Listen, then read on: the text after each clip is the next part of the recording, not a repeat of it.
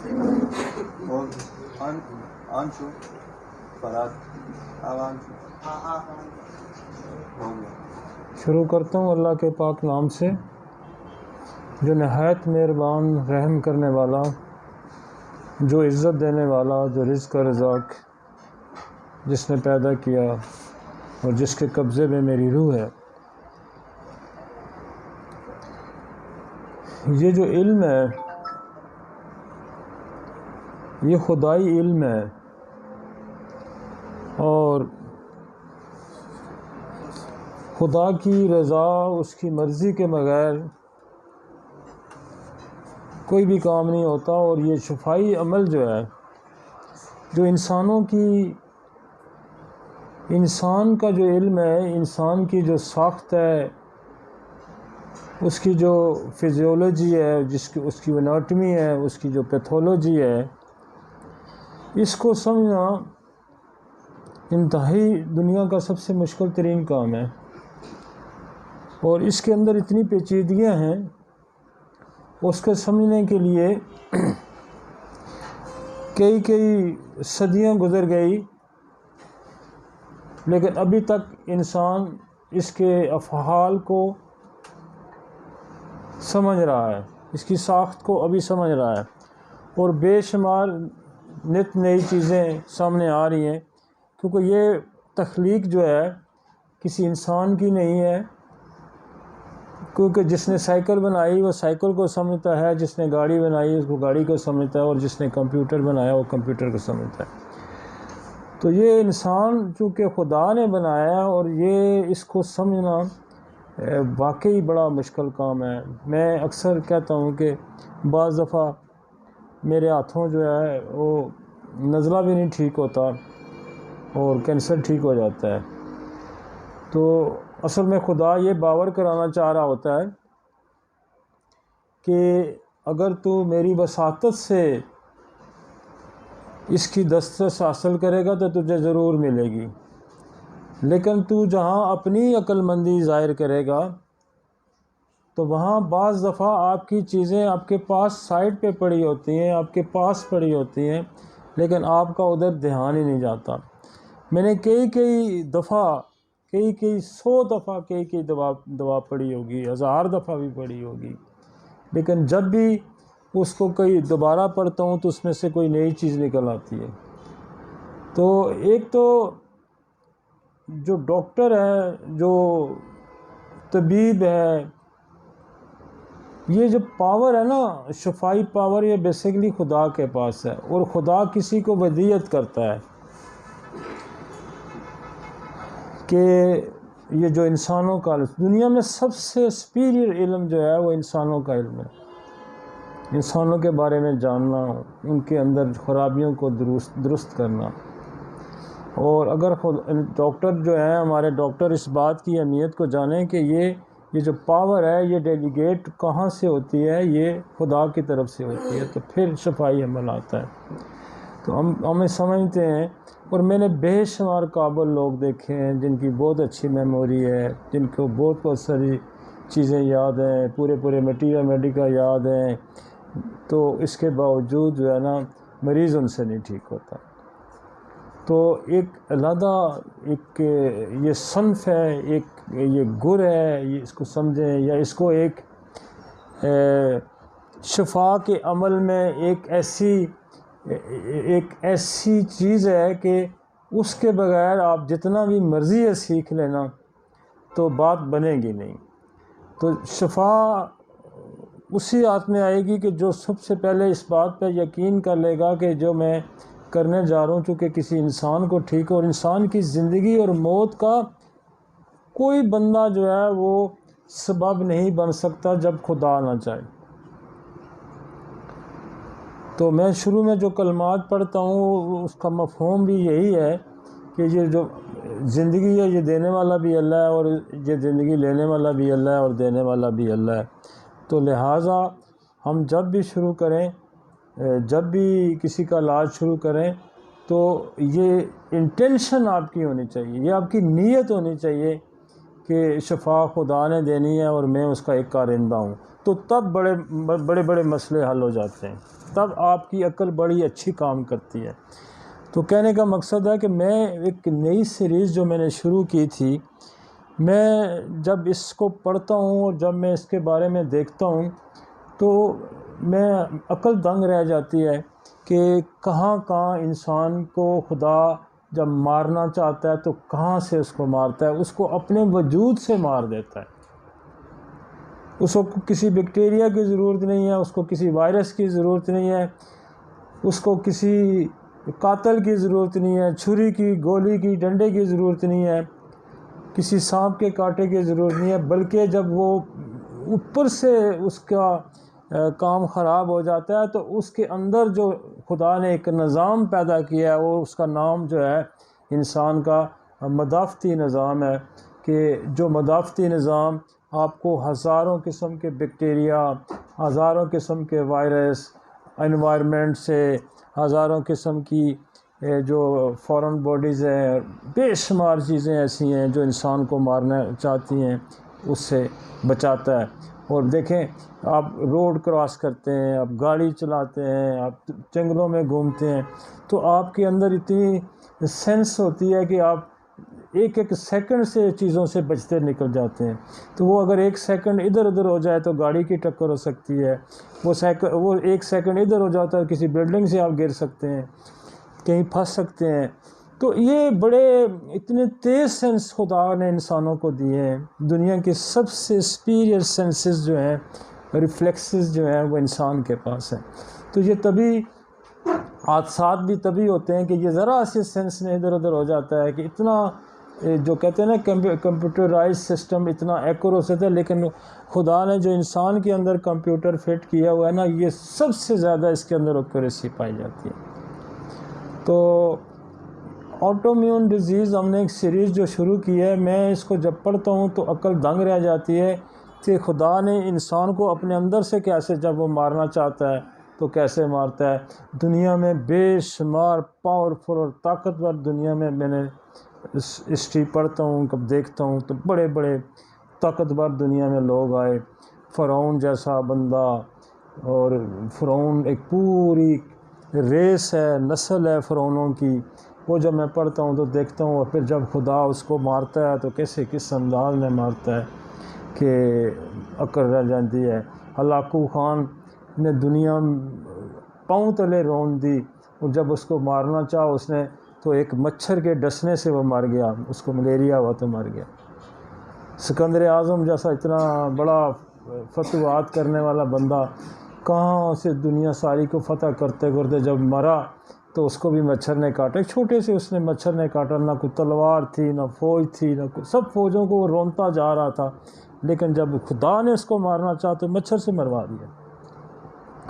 तो बहुत सारे ऐसे दुनिया में वाक़यात हैं जिसे हमें सबक सीखना चाहिए। मैं कहने का मकसद ये है कि हम जब इंसानों का हम इलाज करें तो उसमें जो है सिर्फ ये पहलू हमारे जहन में बिल्कुल कतई नहीं होना चाहिए कि जी हमने इससे कितने पैसे कमाने हैं, बल्कि एक बड़ी खूबसूरत बात किसी मेरे दोस्त ने, बड़ा अच्छा डॉक्टर है वो, तो उसने कही थी कि आपकी टेंशन डाइवर्ट हो जाती है जब आपके जहन में ये बात हो कि मुझे ये पैसे कितने देता है, तो आपकी टेंशन डाइवर्ट हो जाएगी, होती है, आपके पैसों की तरफ चली जाएगी और आप कंफ्यूज हो जाएंगे और आप फोकस उस पर नहीं कर पाएंगे कि यार मैं इससे 10-20 हज़ार रुपया ले रहा हूँ, अच्छा ले रहा हूँ, वो आप कहाँ यूज़ करूँगा। आपकी टेंशन बिल्कुल डाइवर्ट हो जाएगी। आपकी पहली प्रायोरिटी, और हमारी आदत है कि हम लोगों को पहले देखते हैं उसके बाद पैसे लेते हैं, हम पहले पैसे नहीं लेते। और हम इतने पैसे इसलिए भी नहीं लेते, सच्ची बात मैं आपको बताऊं कि मैं फोकस नहीं करना चाहता, मैं अपनी टेंशन डाइवर्ट नहीं करना चाहता। और उसका खुदा ये सलाह देता है कि जो 10-10, 20-20 हज़ार रुपया पैसे लेते हैं ना एक एक मरीज़ से, हम उनसे कई गुना ज़्यादा कमाते हैं। लेकिन हमारे जहन में नहीं होता कि यार ये 400 रुपया 800 रुपया देगा या नहीं देगा, अभी तो कोई फ़र्क नहीं पड़ता। अगला दे देगा, उसे अगला दे देगा। तो जब मैं ये सोचूंगा कि यार मैंने इससे 10,000 रुपये, अच्छा 10,000 पता नहीं ठीक भी होगा या नहीं, अच्छा ठीक होगा नहीं, इसको मैं कैसे, मेरे कितने, मतलब आपकी टेंशन कभी फोकस से नहीं हो सकती। और ये ऐसा मामला है इंसानी जिस्म का कि आपकी जो अटेंशन है, आपकी तवज्जो इस पे बड़ी फोकस होनी चाहिए। मैं दिन में 300-400 बंदा रोज़ देखता हूँ। कल भी मेरे ख्याल में हमने कोई 350-400 पौने 400 बंदा देखा होगा। तो हम इतने फोकस होते हैं कि मैं 1 मिनट लगाता हूँ मरीज़ पे, लेकिन वो 1 मिनट इतना होता है कि मैं मरीज़ के अंदर पूरा घुस जाता हूँ, पूरा मैं उसका एक्सरे कर लेता हूँ 1 मिनट के अंदर। लेकिन अगर मेरी तवज्जो कि इधर उधर डाइवर्ट होगी तो फिर मैं उसको 10 घंटे भी लगाऊंगा तो मैं उसको नहीं समझ पाऊंगा। अक्सर लोग कहते हैं ना बड़ी लंबी चौड़ी। तो मैं एक और भी बात करना चाहता हूँ कि मैं जब शुरू में मरीज़ देखता था तो हम भी मरीज़ पे बड़ा टाइम लगाते थे, आधा आधा घंटा, 10-10 मिनट, 15-15 मिनट, क्योंकि उस वक्त समझ नहीं थी। जब आपको समझ आ जाए ना तो फिर आपको ये पहचानने में गलती नहीं लगती कि ये मेरा चाचे का पुत्र है, ये मेरे मामे का पुत्र है, ये मेरी खाला है। कितनी देर लगती है कि ये मेरी खाला है, ये मेरा मामू है, ये मेरा चाचा है, मेरा ताया है, ये मेरा महल्लेदार है, ये मेरा पड़ोसी। कितनी देर लगती है? कोई देर नहीं लगती ना, जब आपको शनाख्त हो जाती है। तो जब आपको चीज़ों की शनाख्त हो जाती है तो फिर कोई देर नहीं लगती। और जब खुदा आपको शनाख्त नहीं करना चाहते तो सारी जिंदगी भी एक मरीज आप ठीक नहीं कर सकते, इसलिए कि आपका फोकस ही नहीं है। और साइंस इस बात पे बेस करती है कि थ्योरेटिक क्या है और फिर एक्सपीरियंस के साथ साइंस प्रूव करती है। हमने बेशुमार चीज़ों को प्रूव किया, बेशुमार चीज़ों को समझा, और खुदा की रज़ा के साथ, उसकी हमायत के साथ,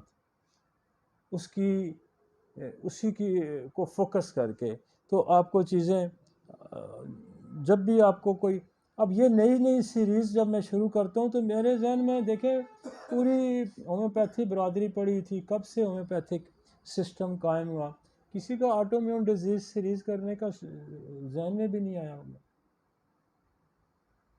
तो हमारे जहन में क्यों आया कि हम खुदा की रज़ा पे चलना चाहते हैं, और हम चाहते हैं कि कोई ऐसी तहकीक हो जाए, कोई ऐसा काम हो जाए, कोई ऐसा एक्सपीरियंस हो जाए जो इंसानों की फलाह और उनकी सलाह और उनकी बका के काम आए। तो टॉपिक पे आते हैं। हमारे पास वही सीरीज़ चल रही है और आज इस सीरीज़ का बहुत आम टॉपिक है। हम पहले एक एक ऑर्गन्स की कर रहे थे कि लंग्स का ऑटोइम्यून डिजीज़ क्या हो सकती है, ब्रेन की ऑटोइम्यून डिजीज़ क्या हो सकती है, रोमेटॉइड आर्थराइटिस क्या होता है, सीलिएक क्या होता है, बड़ी डिटेल्स हमने हार्ट की ऑटोइम्यून डिजीज़ की।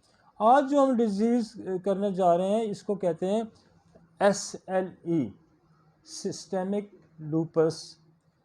ये बेसिकली ऐसी ऑटोइम्यून डिजीज़ है जो मल्टीपल ऑर्गन्स को इन्वॉल्व करती है बेयक वक्त। तो इसलिए ये इसको आप अगर ये बड़ी, इसलिए मैं समझता हूँ कि ये बड़ी बड़ी आम टॉपिक है आज वाला। जितनी वैसे भी सारे ऑटोइम्यून बड़े आम थे, लेकिन ये आज वाला टॉपिक बड़ा आम है और इसको समझना बड़ा ज़रूरी है। और अगर आप इसको समझ जाते हैं तो मैं समझता हूँ कि ऑटोइम्यून पे आपकी काफ़ी अच्छी दस्तरस हो जाएगी। आते हैं जी टॉपिक पे, लाएं जी। आज का अफरोज़म है मेरे पास। हमारी एक ये भी बड़ी रूटीन है कि देखें, आप एनाटमी भी जानते हैं, आप फिजियोलॉजी भी जानते हैं, आप पैथोलॉजी भी जानते हैं, आपने मटीरियल मेडी का भी पूरा अच्छा अबूर हासिल किया हुआ है, आप रेपर्टरी से भी बड़े अच्छे वाकफ़ हैं, ठीक है जी। और आजकल कंप्यूटराइज भी वो लोग जो रेपर्टराइजेशन करते हैं, सबके आप बेशक जितने मर्जी एक्सपर्ट हो जाए, लेकिन अगर आपको असूल इलाज का इल्म नहीं है, असूल इलाज का इल्म नहीं है, तो फिर नहीं, आपको कुछ भी नहीं पता। जैसे आप मुसलमान हैं तो आपको ये नहीं पता कि नमाज कैसे पढ़ी जाती है, कितने औकात हैं, कौन कौन से फ़राइज़ हैं, कौन कौन से हकूक़ हैं, तो फिर आप अच्छे मुसलमान नहीं हो सकते। इसी तरह जब तक आप किसी भी सिस्टम के क़वाइद ज़वाबित से वाक़िफ़ नहीं हैं, आप गाड़ी चलाते हैं तो आपको ट्रैफिक के असूल का पता होना चाहिए, कहाँ इशारा होता है, कहाँ स्पीड ब्रेकर है, कहाँ मैंने राइट लेना है, टर्न लेना है, इशारा देना है, कैसे चलना है, तो कितना डिस्टेंस रखना है।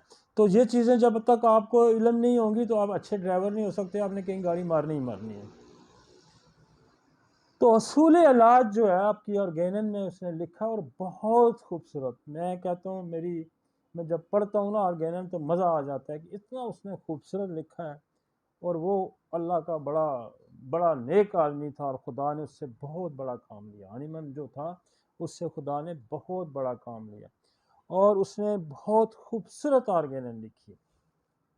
आज हमारे पास जो है वो जो अफरोज़म है वो 200 नंबर है इसका, और इसमें वो कहता है कि अगर मकामी अलामात बरकरार रहती हैं तो बीमारी की मुकम्मल इलाज के लिए होम्योपैथिक दवा दरियाफ्त हो जाती है। अगर अंदरूनी इलाज के बावजूद मकामी इलाज बरकरार रहती हैं तो इससे ज़ाहिर था कि शफा मुकम्मल नहीं हुई।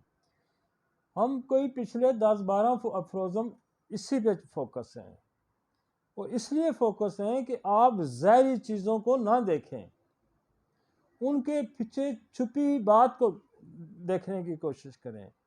वो ये कह रहा है कि ज़ाहिर पे मत जाएं, बातन पे जाएं, आप उसके अंदर जाएं, उसकी इन्वेस्टिगेशन करें, उस कॉजेटिव फैक्टर को पकड़ें। दुनिया में सबसे जो हर जगह ये लॉ, ये नेचुरल लॉ है कि what is the cause and what is the remedy.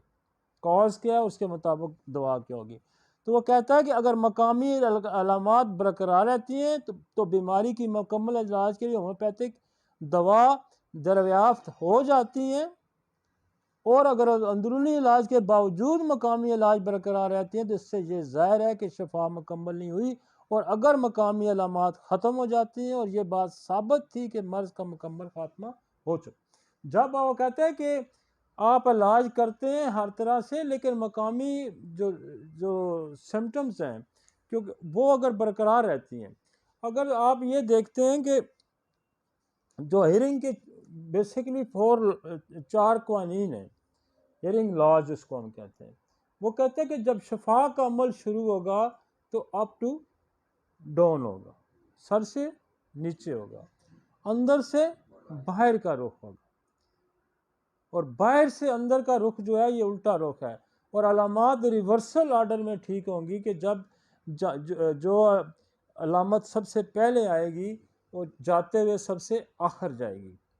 और इसी तरह कम वाइटल आर्गन जो है वो वाइटल आर्गन से डिजीज़ कम वाइटल आर्गन की तरफ आके ख़त्म होगी, अंदर से बीमारी बाहर का रुख इख्तियार करेगी और फिर स्किन्स पे आके वो डिसअपीयर हो जाएगी। तो उस लॉ को फॉलो करना बड़ा ज़रूरी है। तो अगर कहता है कि मकामी अलामात ख़त्म हो जाती है तो ये बात साबित थी कि मर्ज़ का मुकम्मल ख़ात्मा हो चुका था और तमाम बीमारी मतलूबा मुकम्मल शफा हासिल हो चुकी है। अगर बेहतरीन शफा हासिल करने के लिए ये एक नाकाबिल यकीन और नागज़ीर बरतरी है। तो वो ये कहता है कि इस असूल पे कायम रहें कि डिजीज़ जो मकामी है उसको अंदरूनी कॉज समझ के फिर आप उसका इलाज करें, तो आपका जो है एक नाकाबिल यकीन और नागज़ीर बरतरी होगी, ऐसी कि लोगों की अक्ल दंग रह जाएगी कि ये कैसे ठीक हो जाता है। आए जी टॉपिक पे आते हैं। What is the lupus? ये लूपस क्या है?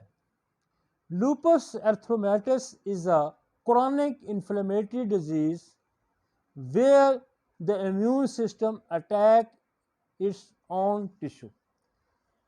ये जो हम शुरू से इस बात को हम कर रहे हैं, शुरू से बात कर रहे हैं कि what is the autoimmune disease. Autoimmune disease जो है ऑटोइम्यून डिजीज़ जो है वो ये है कि आपका अपना इम्यून सिस्टम जब एक्टिव होता है किसी भी बीमारी के ख़िलाफ़, किसी जरासीम के ख़िलाफ़, तो वो मिस्टेकनली अपने जिस्म पे अटैक कर देता है और वहाँ इन्फ्लेमेशन पैदा करेगा, उसको डिस्ट्रॉय करेगा। तो वो यही कह रहा है कि lupus is a chronic inflammatory disease. ये क्रॉनिक इन्फ्लेमेटरी डिजीज है, एक्यूट नहीं, क्रॉनिक है। The immune system attack is on tissues, कि अपनी बॉडी के टिश्यू पे वो अटैक कर देगा और उसको, अब वो ये कहता है कि ये जो है ये थोड़ा सा बड़ा हो सकता है,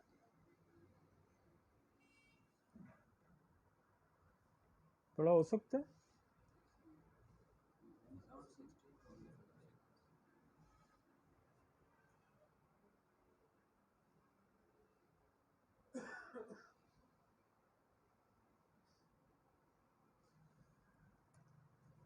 नहीं हो सकता? हाँ जी।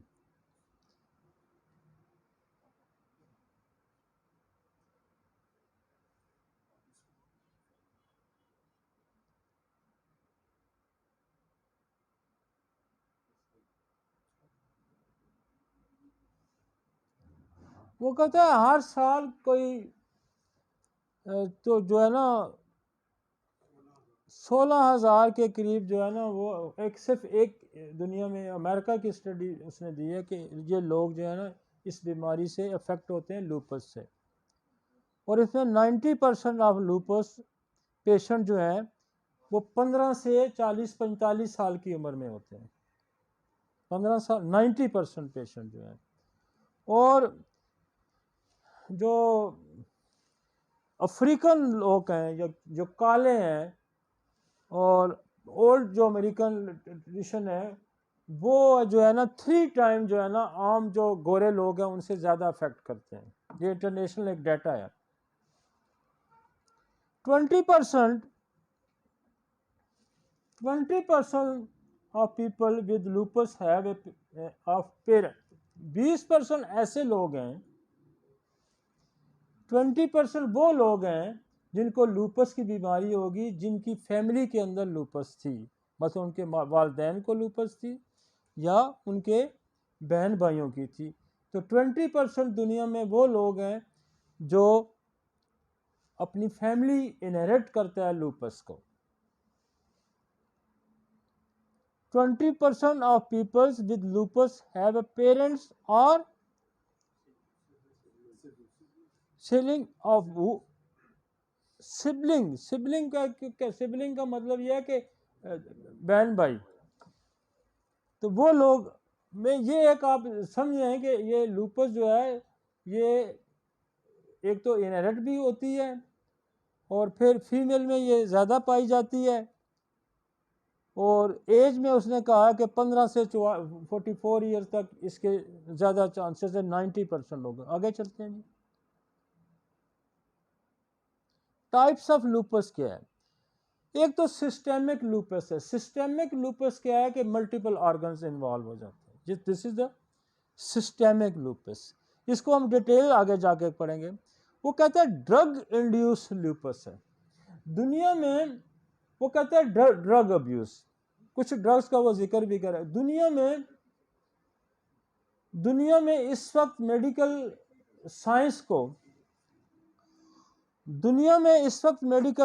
को जिस बात का चैलेंज है वो ड्रग्स अब्यूज का है। तो दुनिया में इसका कोई तोड़ नहीं है उनके पास। ड्रग्स अब्यूज का कोई तोड़ नहीं है दुनिया में। और ये सबसे बड़ा चैलेंज है इसको इस वक्त वर्ल्ड को, कि उनकी अपनी ही दवाइयाँ जो हम देते हैं वो ही इंसानी जिस्म के खिलाफ, वो उसकी भी वजह से हमारा इम्यून सिस्टम जो है वो डिस्ट्रॉय होता है और वो मिस्टेकनली इस किस्म के काम करता है। ड्रग्स अब्यूज़ को अगर आप कंट्रोल कर लेते हैं, ड्रग्स की अब्यूज़ को आप कंट्रोल कर लेते हैं, तो फिर आपको बेशुमार ऐसे रिज़ल्ट मिलेंगे जो सिर्फ दवाई को एंटीडोट करने से आप ठीक कर लें, सिर्फ दवाई को। और मेरा एक एक्सपीरियंस है 50-60 लाख बंदा देखने के बाद कि 50% पेशेंट जो इस वक्त दुनिया में घूम रहा है वो ड्रग अब्यूज़ है। 50% नेचुरल डिजीजेज हैं और 50% वो लोग हैं जो दवाइयों की वजह से ख़राब हुए हैं। मेरा एक टॉपिक है सप्रेशन पे, जिस पे हमने मेरा कोई 32 घंटे का वो लेक्चर्स हैं डिफरेंट टोटल। उसमें हमने ये जो सप्रेशन हम करते हैं दवाइयों के ज़रिए या ड्रग्स अब्यूज़ की वजह से जो जिस्म में खराबियां पैदा करते हैं, इसका बहुत रोल है। और इसके लिए किसी के पास कोई हल नहीं है मासवाई होम्योपैथिक, किसी के पास कोई हल नहीं है साथ। और मैं बेशुमार केसेस ऐसे मैं ठीक करता हूँ जो ड्रग्स अब्यूज़ को हम ख़त्म कर, बेशुमार एग्जांपल्स हैं मेरे पास, बेशुमार एग्जांपल्स हैं। मसलन मैंने आज से कोई 25 साल पहले, मेरी अवाइल प्रैक्टिस का ज़माना था, एक बच्ची के जिस्म पे लेकोडर्मा था, पूरी बॉडी पे लेकोडर्मा था, वाइट जो पैचेस होते हैं जिसको वो कहते हैं विटिलिगो भी कहते हैं, बर्स जिसको कहते हैं। तो जब मैंने उसकी हिस्ट्री ली तो उसकी हिस्ट्री में बेताशा मेडिकेशन थी, बार बार वो बीमार होती थी। तो वो बच्ची सिर्फ नक्स-ए-मी का मैं उसको 6 महीने देता रहा 30 में, और बिल्कुल बिल्कुल क्लीन हो गई थी। तो ये this is the drug abuse. अभी मेरे पास एक बड़े अच्छे आई ऑफिशियल आए हैं, तो वो ड्रग अब्यूज़ की मैं बात करता हूँ। तो उनको बर्स था, और बर्स था। तो मैंने जब थोड़ी सी हिस्ट्री पूछी तो मैंने कोई स्टोमक के प्रॉब्लम कहा, मुझे एच पेलोरी भी पॉजिटिव था। तो मैं एच पेलोरी उनको देता रहा और 15 दिन में वो पूरा फेस साफ हो गया। कॉजेटिव फैक्टर कितना आम है, ड्रग अब्यूज़ के साथ साथ आपको कॉजेटिव फैक्टर भी देखना है। अब मेरे पास बेशुमार ऐसे लोग हैं जो, मसलन मेरे पास अभी पिछले दिनों में 4-5 केसेस ऐसे थे जिनको ट्राइजेमिनल न्यूरल्जिया था। ट्राइजेमिनल न्यूरल्जिया होता है, फेशियल पेन होता है, और जैसे इलेक्ट्रिक शॉक लगते हैं, जैसे बिजली का शॉक लगता है, और ये बड़ा मुश्किल सा काम है। तो वो जो थे, कोई जो इंग्लिश दवाइयाँ जैसे टेग्रोल खा रहा है, एपीवॉल खा रहा है, एपिलेप्सी की दवाइयाँ दी जाती हैं दूसरे तरीका इलाज में, और एक एपिटैड दवाई है जैसे, वो भी इसके लिए यूज़ होती है। तो वो पेशेंट कहते थे कि जी हमारे साथ ये मसला है कि हम इससे ठीक तो हो नहीं रहे, हमें इतनी दवाई खानी पड़ती है, उसके बावजूद हम ठीक, दर्द हमारा कंट्रोल नहीं होता, लेकिन प्रॉब्लम ये है कि हमें कुछ पता नहीं, कुछ सेंस नहीं होता कि हम कहाँ पड़े, हमें दुनिया का कोई होश नहीं होता। तो मैंने वही टैगरोल को मैंने पोटेंटाइज किया, हमने लड़कों का इसको डाइल्यूट करो जी 6 टाइम पे, और मैंने कहा वो टैगरोल छोड़ दे या ये टैगरोल खा दो। तो उस टैगरोल से उस बंदे ने कहा जी मैं होश में भी आ गया हूँ और मेरा दर्द भी ठीक हो गया, क्योंकि वो डाइल्यूटेड फॉर्म था। तो जो लोग ये कहते हैं कि ये कहाँ प्रूव था, ओ भाई ये कहाँ प्रूव था, ये हज़ारों लोगों पे प्रूव, करोड़ों लोगों पे ये बात प्रूव है। अब ये ठेका सिर्फ होम्योपैथिक का नहीं है कि वो प्रूविंग करें, प्रूविंग बहुत सारी जो है वो दूसरी जगह पे भी हो रही होती है। आपकी अगर सेंस है तो आप उससे फ़ायदा उठा सकते हैं।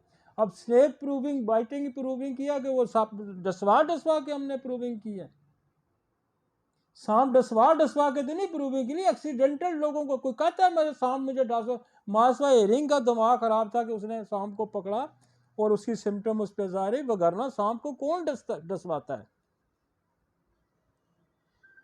तो वो प्रूविंग एक्सीडेंटल प्रूविंग है। अब एक ड्रग्स है वो यूज हो रही है और पूरी दुनिया में यूज हो रही है, और उसकी स्टडी में आया हुआ है कि ये काम करती है, तो क्या वो प्रूविंग दुरुस्त नहीं है?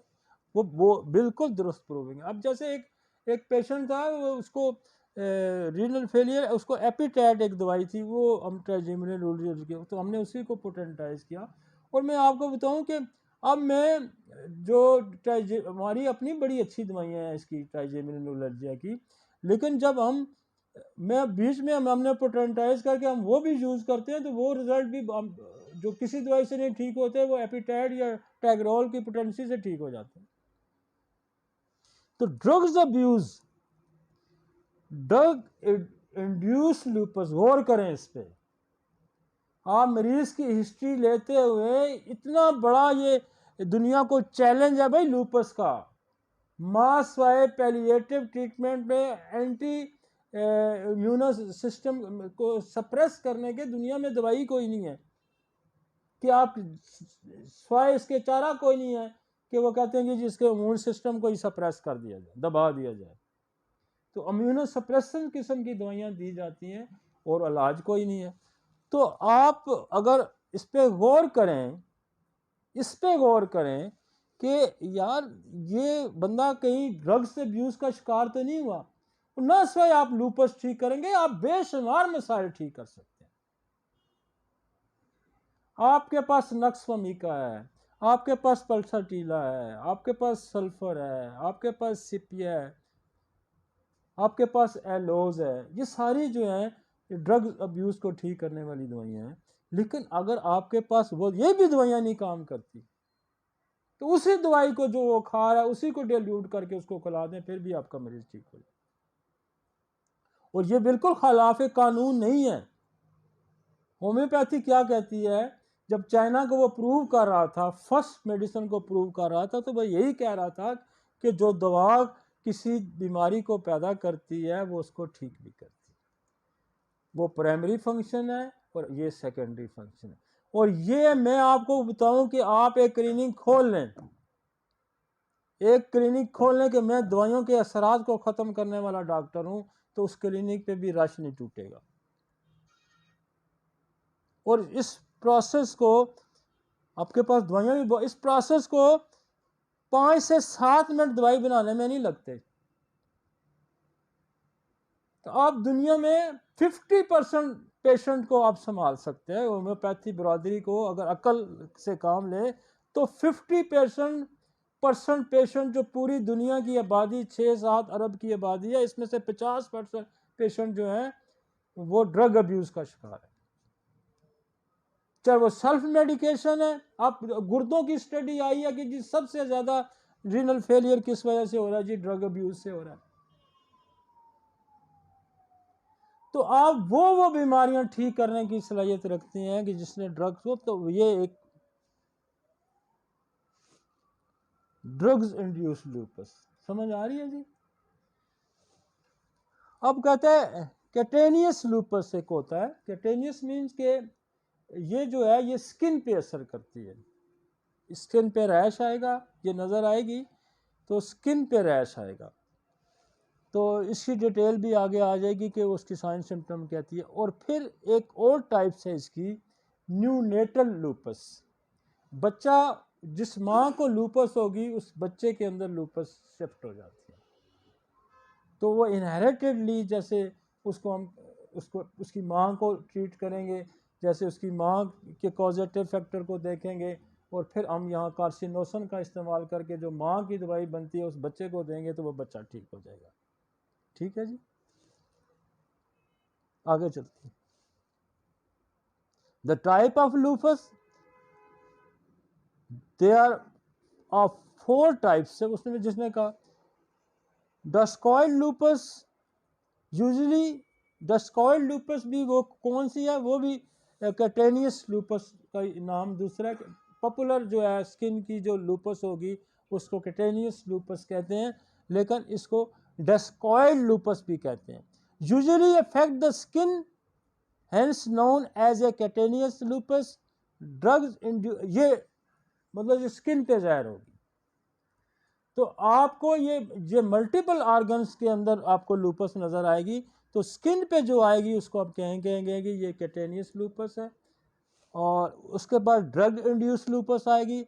मे occur due to the side effect of certain drug which are the use to treat the certain condition, for the example beta blockers. Beta blocker कौन सी दवाइयाँ होती हैं? अब मैं थोड़ी सी अंग्रेज़ी भी इसलिए पढ़ रहा हूँ कि चूँकि हमारा सारा लेक्चर जो है अंग्रेज़ी में होता है, तो वो ये कहता है कि मे अकर, कि हो सकता है, ड्यू साइड इफ़ेक्ट, के साइड इफ़ेक्ट हो सकते हैं आपके ड्रग्स के, जैसे बीटा ब्लॉकर गए। ये स्टडी जो है ये इंटरनेशनल स्टडी है, ये स्टडी इंटरनेशनल स्टडी है। हमने ये डाटा वहाँ से उठाया कि वो क्या कहते हैं, उनके यहाँ क्या, फिर हम क्या कहते हैं। हमारे नज़दीक इससे भी ज़्यादा कॉजेज़ हैं, हमारे यहाँ इससे ज़्यादा कॉजेज़ हैं ये। लेकिन ये इंटरनेशनल स्टडी है कि ड्रग्स जो अब्यूज़ हैं, कौन से ड्रग्स के अब्यूज़ हैं, वो खुद ही अपना लिखते हैं कि हमारी दवाइयों से ये होता है। बीटा ब्लॉकर को होता है कि जो दिल की दवाइयाँ होती हैं। ये दिल में बीटा ब्लॉकर यूज़ होता है to treat the heart disease and hypertension, blood pressure की दवाइयाँ। इसका मतलब है आपने जब लूपस ट्रीट करनी हो तो आप उससे ये भी पूछ सकते हैं कि कोई दवाई खा गया, कोई दिल की दवाई तो नहीं खा रहा। समझ आ रही है आपको? न्यूनेटल लूपस फाउंड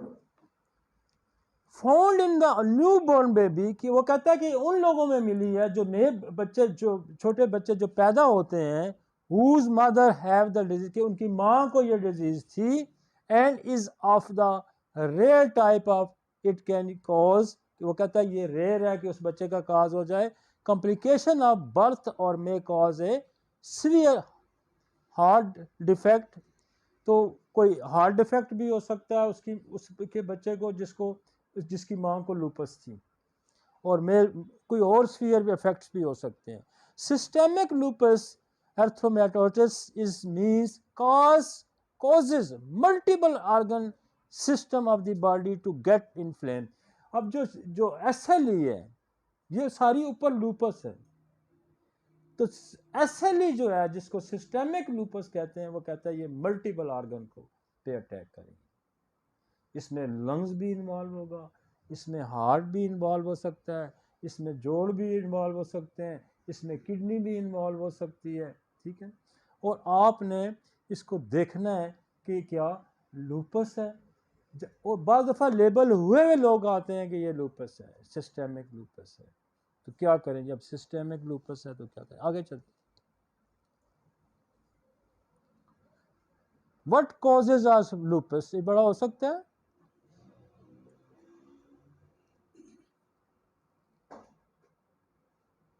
अच्छा देखें,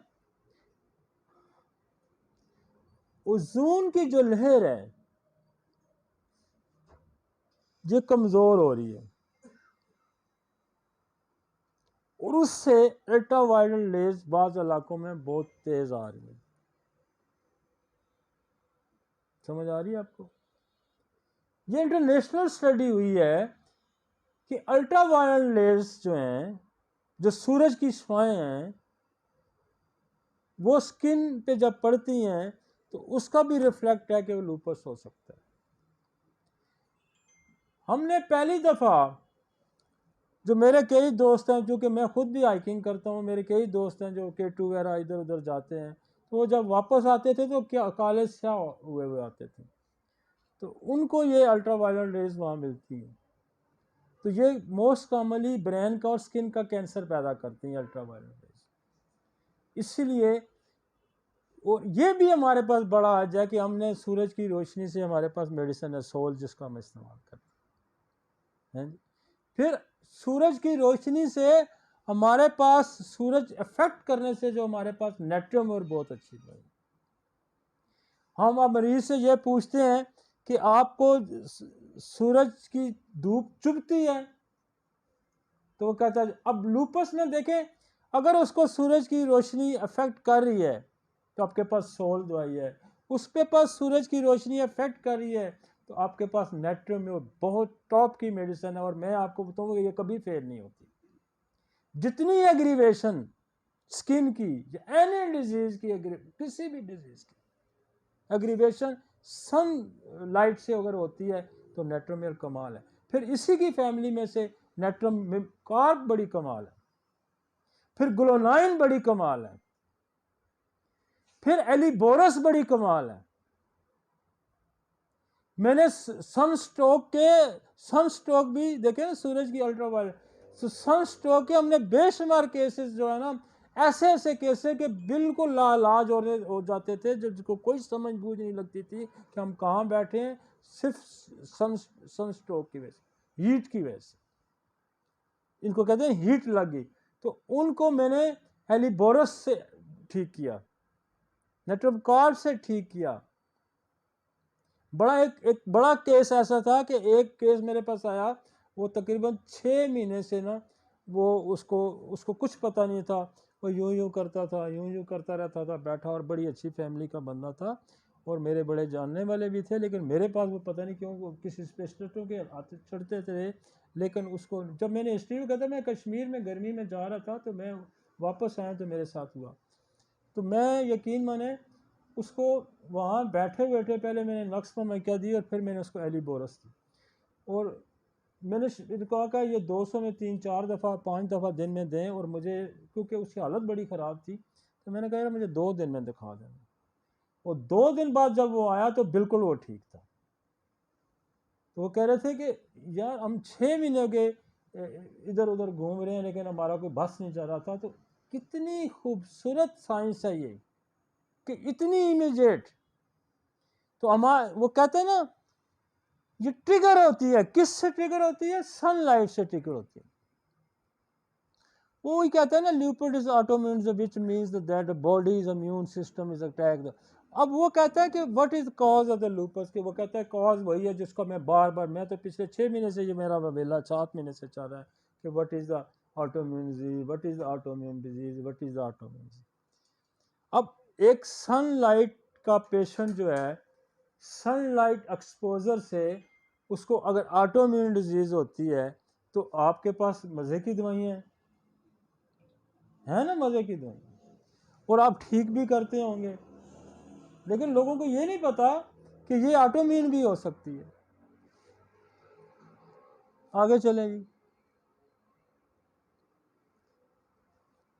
इन्फेक्शंस, मतलब आप हिस्ट्री लेते हुए, ये इसलिए हम आपको कुछ चीज़ें बार बार रिपीट होंगी, तो मैं इसलिए क्या करता हूँ कि आपके जहन में चीज़ें बैठ जाएं।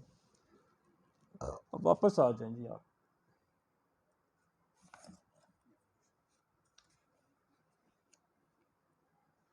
वापस आ जाएं। इन्फेक्शंस, इन्फेक्शन कितनी टाइप्स के हैं? 4 टाइप के इन्फेक्शंस हैं। वायरल, बैक्टीरियल, पैरासाइट्स और फंगल। ये मैं हर जगह ये मैं जिक्र करता हूँ कि चार इन्फेक्शन कॉजेज हैं, 4 इन्फेक्शन कॉजेज हैं, जिसमें ये भी दुनिया को बड़ा चैलेंज है। इन इन्फेक्शंस को ठीक करते करते वो इंसान की जान चली जाती है। और ये चारों इन्फेक्शन जो हैं, ये सबब बनते हैं ऑटोइम्यून डिजीज के। ये चारों इन्फेक्शन सप्रेस हो तो जेनेटिक्स के सबब बनते हैं। तो ये 4 इन्फेक्शंस पे बड़ा फोकस हमें करना है। और इसमें आगे फिर वो मेडिकेशन आ गया, और आगे चले जी, फिर मेडिकेशन का जिसका मैं आगे जिक्र कर चुका हूँ।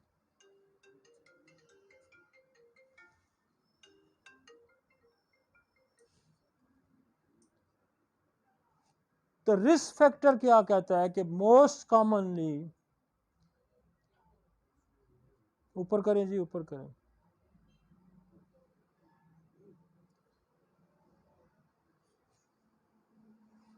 रिस्क फैक्टर वो बता रहा है, इससे पीछे है रिस्क फैक्टर। सेक्स में most commonly woman,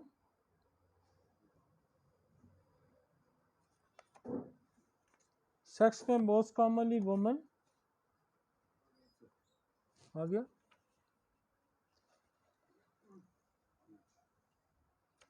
as, it is commonly dispose between the 15 से 45 साल। और रेस अफ्रीकन को, ये क्योंकि ज़्यादा कहता है कि अफ्रीकन को ज़्यादा ये होता है ये। और जो दूसरे लोग हैं वो 3 टाइम इनमें ज़्यादा होता है निस्बत के जो आम गोरे लोग हैं। आगे चलें जी।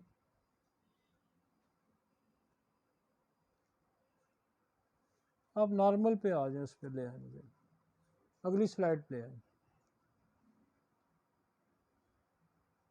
हाँ जी। अब वो कहता है कि SLE,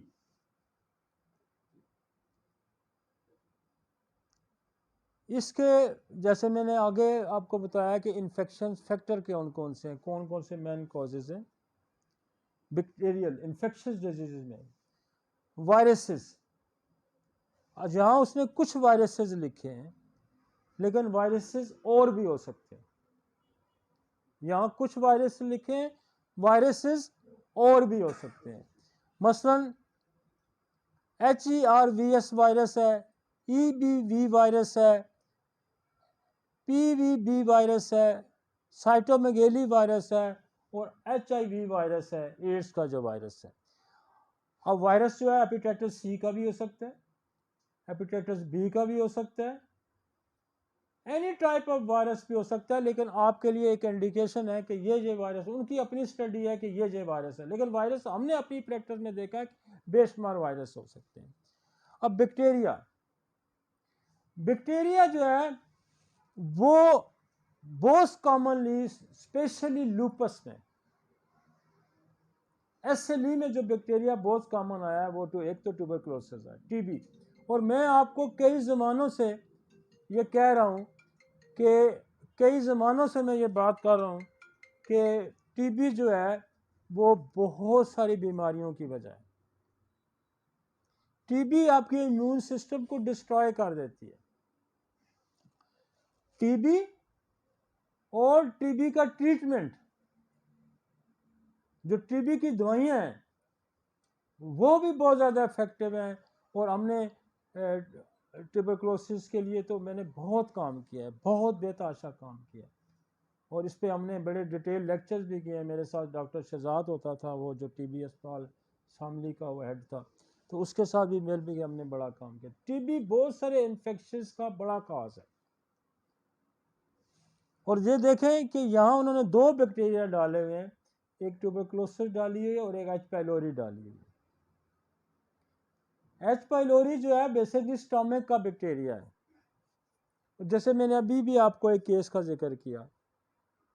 और H. पाइलोरी का भी जो क्या नाम है इसका, जो नसोड्स है, इसको भी पाकिस्तान में, या वैसे तो ये बन गया था लेकिन इसको हमने इंट्रोड्यूस करवाया आज से 5-6 साल पहले, और इससे बेशुमार लोगों ने बहुत अच्छे, ये स्टमक का कैंसर भी पैदा करता है और ये ऑटोइम्यून डिजीज भी पैदा कर सकता है। जिस बंदे को H. पाइलोरी पॉजिटिव है, उसका आप अगर उसका नसोड उसको यूज़ करते हैं तो वो न सिर्फ उसका H. पाइलोरी ठीक होगा, बल्कि उसके अंदर कोई ऑटोइम्यून डिजीज है तो उसको भी ठीक करेगा। पैरासाइट्स, अच्छा, ये जो पैरासाइट जो चीज़ है ना, ये भी, पैरासाइट क्या है कि वो कोई बाहर से चीज़ आके आपके जिस्म को खाना शुरू कर दे, आपका जिस्म उसका खुराक बन जाए। ठीक है, जैसे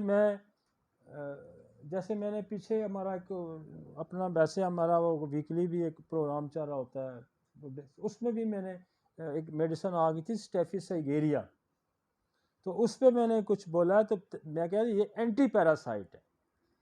कोई भी बैरूनी चीज़ आपके जिस्म पे आके आपके जिस्म को खाना शुरू कर दे या आपके अंदर मसाइल पैदा करे, that is a parasite.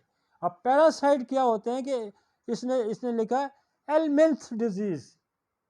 Helminth disease क्या है? हेलमिंथ डिजीज़ क्या है? जो पेट के कीड़ों की वजह से होती है। हेलमिंथ मीन्स कि पेट के कीड़े, दिस इज पैरासाइट, ये भी पैरासाइट है।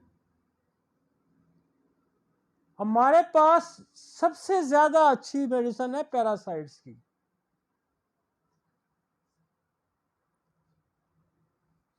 तो जैसे एक्थायोसिस एंटी पैरासाइट है, मलेरिया एंटी पैरासाइट है, आपकी ट्यूबरकुलोनियम एंटी पैरासाइट है, आपकी सिक्रीनम एंटी पैरासाइट है, आपकी सल्फर एंटी पैरासाइट है, आपकी स्पाइजेलिया एंटी पैरासाइट है, आपकी साइना एंटी पैरासाइट है, आपकी ट्यूक्रम मैरावेरम एंटी, आपकी चेलोन एंटी पैरासाइट है। तो आपके पास कल्केरिया कार्ब एंटी पैरासाइट है।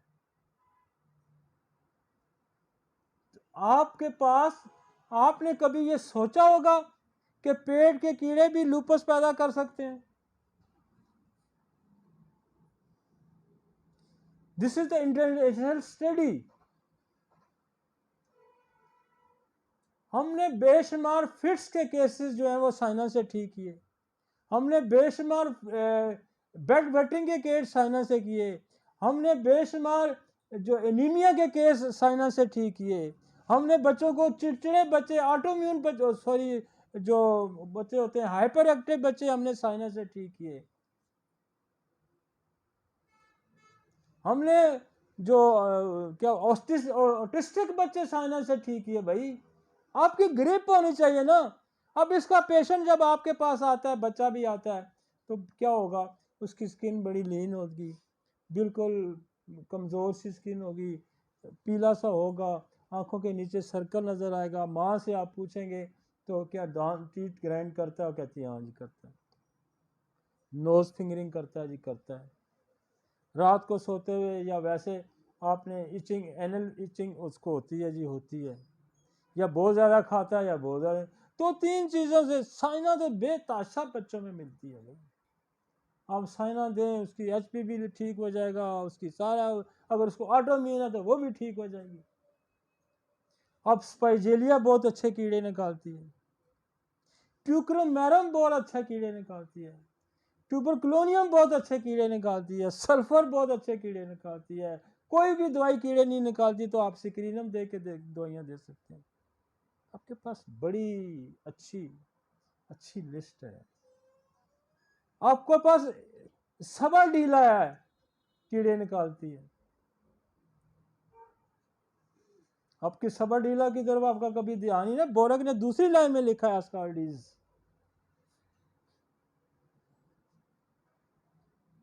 आप रेपर्टरी खोल के दें तो वर्म्स का एक बड़ा डिटेल, इतना बड़ा चैप्टर पड़ा हुआ है भाई।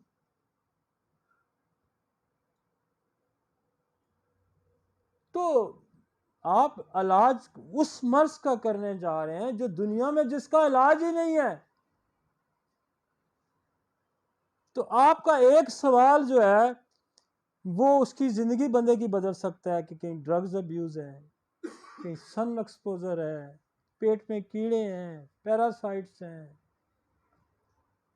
बैक्टीरियल वायरल इन्फेक्शंस हैं, और सबसे बड़ी बात है कि ये जान लेना भी कोई बड़ी कमाल की बात नहीं है। ये जान लेना भी बड़ी कमाल की बात नहीं है, लोगों ने इसको जाना हुआ है। इसका इलाज करना बड़ा कमाल है। और सबसे बड़ा है जो है आपको होम्योपैथी में है कि इन सारे कॉजेटिक फैक्टर का आपके पास इलाज है।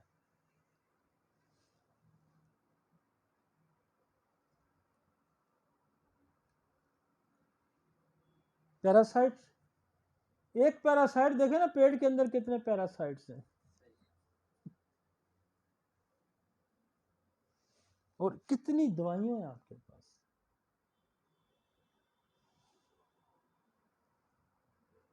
फ्लेक्स मास है, यूज करते हैं लोग, सेंट्रोनाइन यूज करते हैं लोग, लेकिन हम तो 2 दवाइयां कसरत से यूज करते हैं, बहुत कसरत से। वही बड़ी मजे की है, साइना और ट्यूक्रम, साइना और ट्यूक्रम। मेरे पास तो बेज ट्यूबर के साथ ट्यूबर लगाएं और साइना और ट्यूक्रम देते हैं।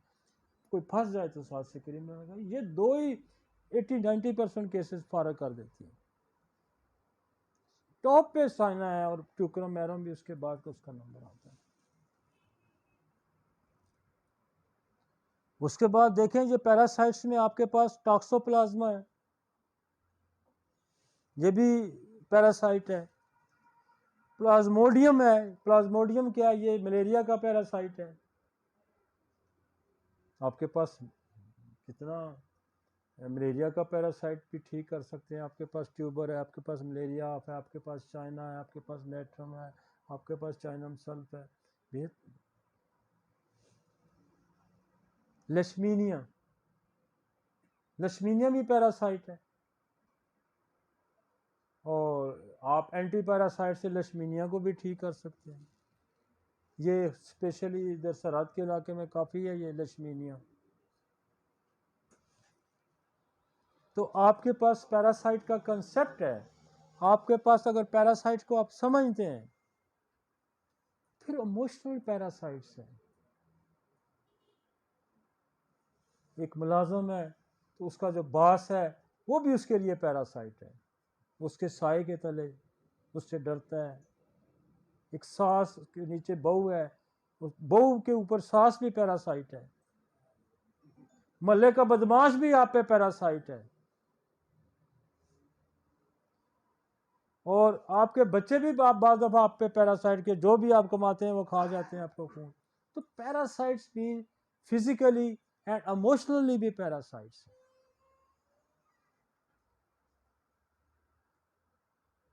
पैरासाइट का मतलब ये है ना कि जो आपकी जान को खा रहा हो, जो आपकी जान को खा रहा हो, चाहे वो इमोशनली खा रहा है, जो फिजिकली खा रहा है। कीड़े तो फिजिकली है, लेशमीनिया फिजिकली है, लेकिन इमोशनली पैरासाइट भी है। हाँ, मुल्क का हुक्मरान तबका, ड्रग माफिया भी पैरासाइट है। क्रूअल रूलर भी पैरासाइट्स होते हैं कि जो आवाम का खून चूसते हैं।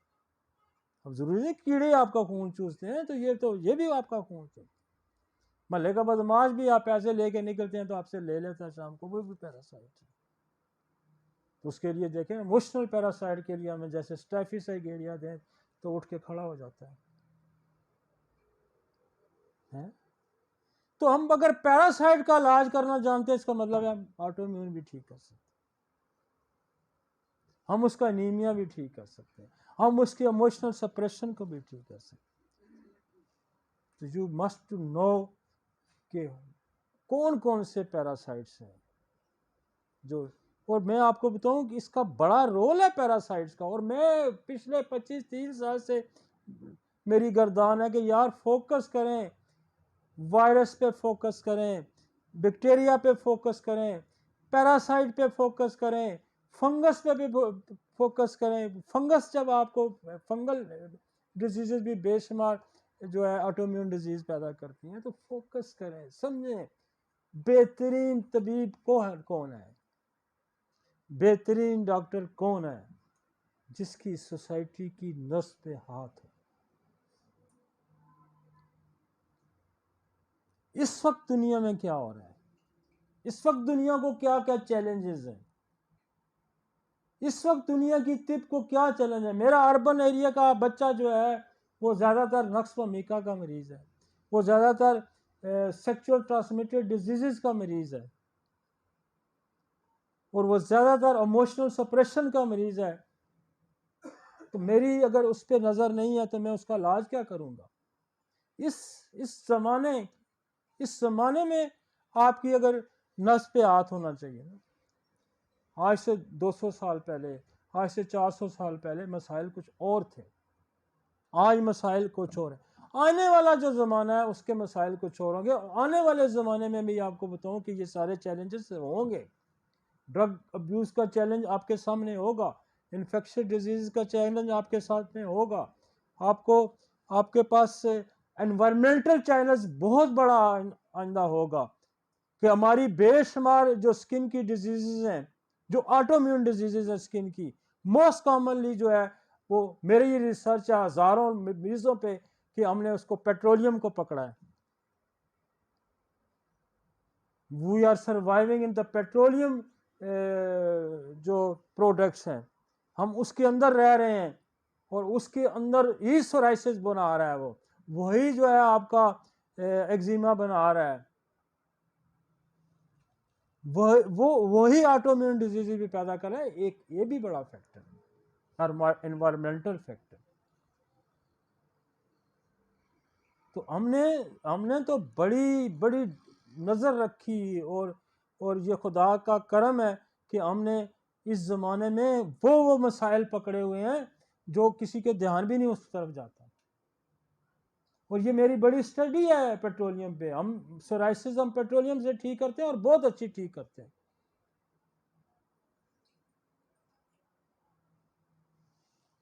अब इसलिए अब वो दुनिया में इस पे सारी जो मॉडर्न जो सोसाइटीज़ हैं वो इस पेट्रोल को ख़त्म करने के इसीलिए चक्कर में है कि ये बेशुमार मसाइल कम हो गए। ये आपकी ओजोन को ये कम कर रहा है, ओजोन की लेयर को उड़ा रहा है। तो अब वो कह रहे हैं कि इलेक्ट्रिक पे गाड़ियों को लेके आएँ, पेट्रोल पे से हटाएं। इसकी जो पोल्यूशन का बहुत बड़ी वजह ये है। ठीक हो गया जी?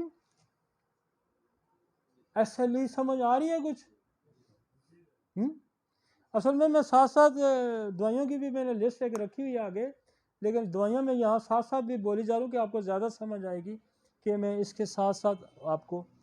तो जब हम सिस्टेमिक लुपस का इलाज करने जाएं तो हमें एनवायरमेंटल ख्याल रखना चाहिए, हमें इन्फेक्शंस का ख्याल रखना चाहिए जिसमें वायरल बैक्टीरिया, और वैक्सीनेशन का बड़ा रोल है। मैं अक्सर जिक्र करता हूँ वैक्सीनेशन का भी बड़ा रोल है कि आपका इम्यून सिस्टम किसी बैक्टीरिया के खिलाफ खुद जब वैक्सीन देते हैं हम तो बेशुमार बीमारियां जो है वैक्सीन को एंटीडोट करना क्या करने के लिए भी होम्योपैथी के पास बड़ा एज। आगे चलते हैं। जैसे वैक्सीन की बेशुमार दवाइयाँ हैं, थूजा टॉप पे है, वैक्सीन टॉप पे है, आपकी सिलेशिया है, आपकी MMR है, आपकी मैं एक और पीछे स्टडी कर रहा था, लीडम एंटी वैक्सीनेशन है। लीडम, अब लीडम आपको कहेंगे कैसा एंटी वैक्सीन है, देखें लीडम भी वही रोल प्ले करता है जो वैक्सीन टीका करता है। जब इन्फेक्टेड कोई नोकदार चीज़ आपको लगती है तो वो पॉइजनिंग जो टेटनस होता है, जो पॉइजनिंग इफेक्ट होता है, वो लीडम उसको ठीक करती है। इसका मतलब है कि जो वैक्सीन आपके लिए सूटेबल नहीं थी वो इंजेक्ट की गई, उस इंजेक्टर की थी, दैट इज द लीडम। समझ आइए एक और दवाई कि वो लीडम का रोल कहाँ पे है कि वो नोकदार चीज जो आपको चुभी और वो इन्फेक्टेड थी और उसने टेटनस बना दिया या उसने कोई पेन खड़ा कर दिया, तो वो वैक्सीन जिसने आपकी बॉडी के अंदर मसाइल पैदा किए, तो दैट इज द लीडम। ठीक है, आगे चलें जी।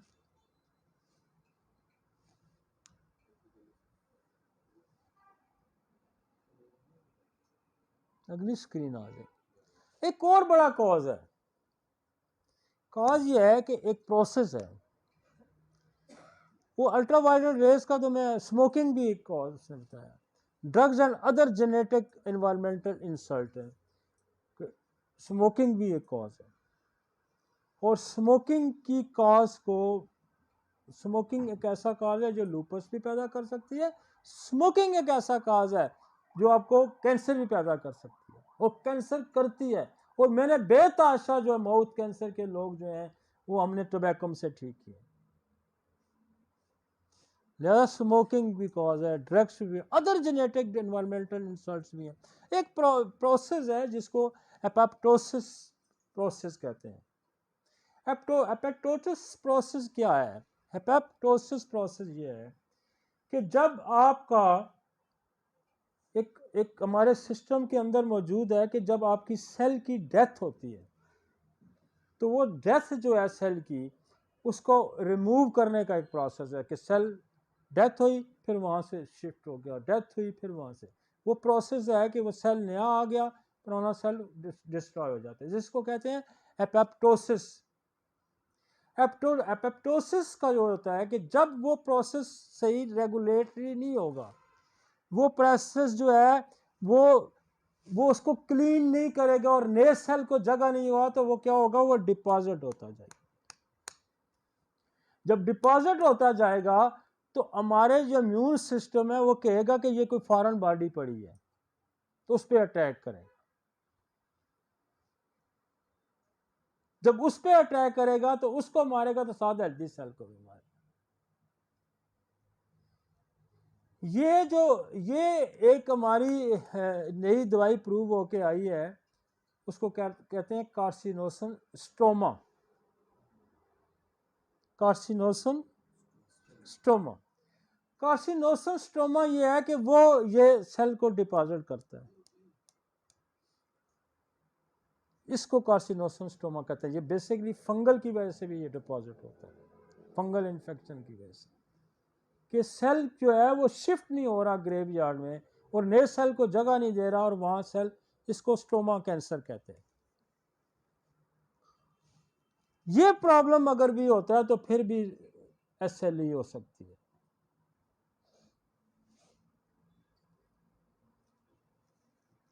फिर वो कहता है कि auto antibody specific for the red cell के खिलाफ एंटीबॉडी बन जाती है, व्हाइट सेल के खिलाफ, प्लेटलेट्स के।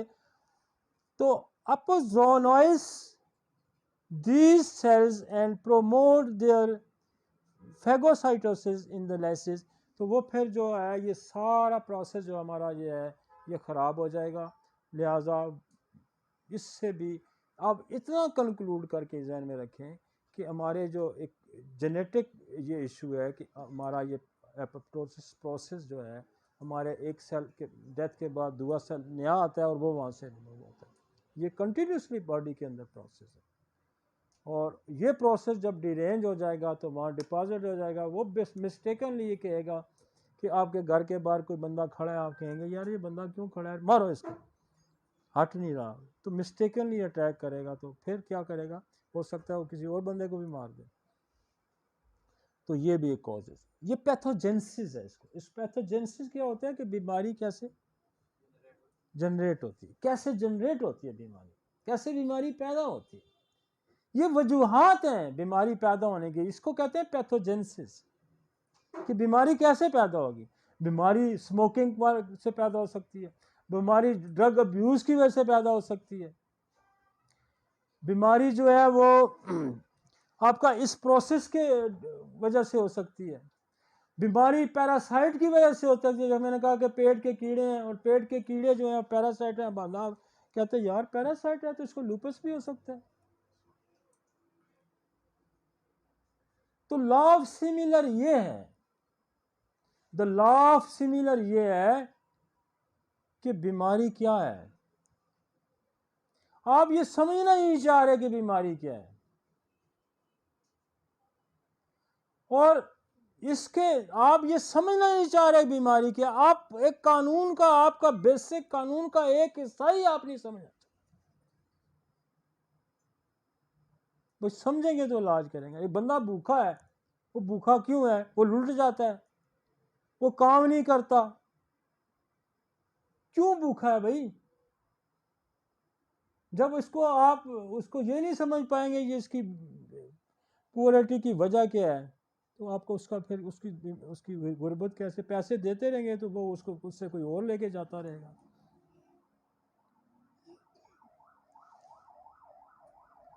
जब पैसे आप उसको देते रहे तो वो जुआ खेल के आ जाता होगा, तो उसकी गुर्बत तो कभी खत्म नहीं होगी। कॉज आगे चलते हैं जी। तो पैथोजेनेसिस को आपने समझना है।